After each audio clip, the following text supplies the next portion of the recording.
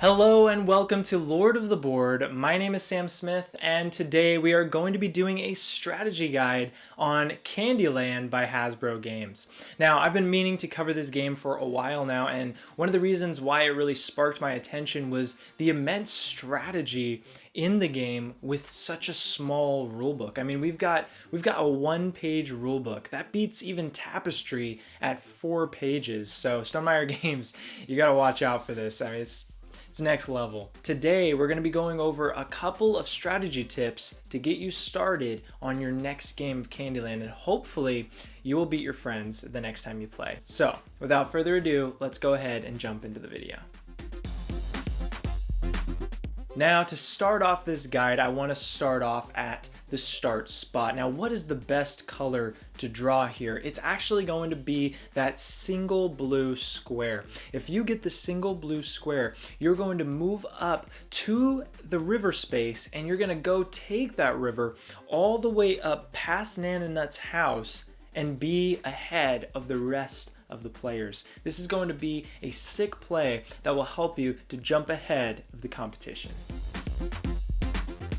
Now, my next tip is going to be that the Chocolate Swirl is one of the best cards in the game. If you draw the Chocolate Swirl, you're going to jump all the way almost to the end, almost to King Candy's castle. This can be a very, very, very good card early game, but once you have passed the Chocolate Swirl, you're not going to want to draw it after that point. Do everything you can to try to get this early on in order to get that initial jump in order to pass your opponents and hopefully take the game.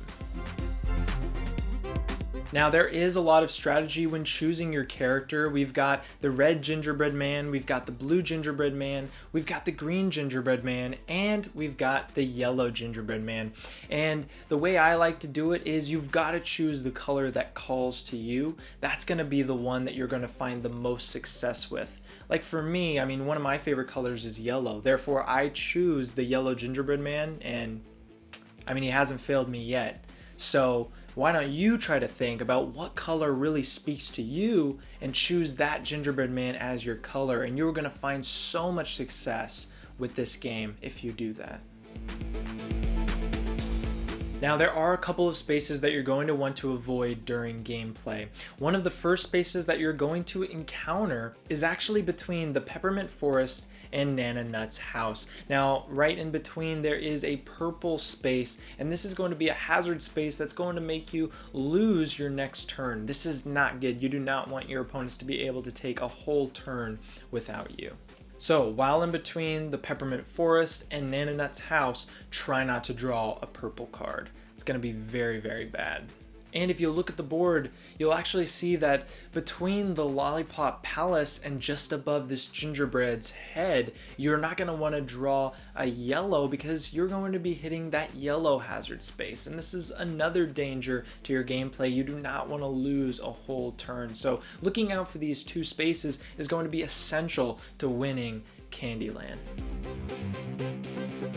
Now, the deck is comprised of different colors in either 1 square or 2 square form. As often as you can, you're going to want to draw those 2 squares. Now, I know that it may seem like it's all random, but trust me, there is a power to the heart of the cards, and if you believe, you will draw what you need when you need it.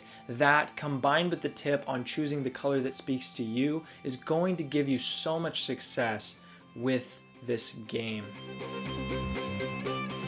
Now remember, King Candy Castle is the goal. Always be moving forward. Do not get in spaces that are going to make you lose a turn. Do not go to locations that are going to be setting you back, but instead move forward, getting closer and closer to King Candy's castle.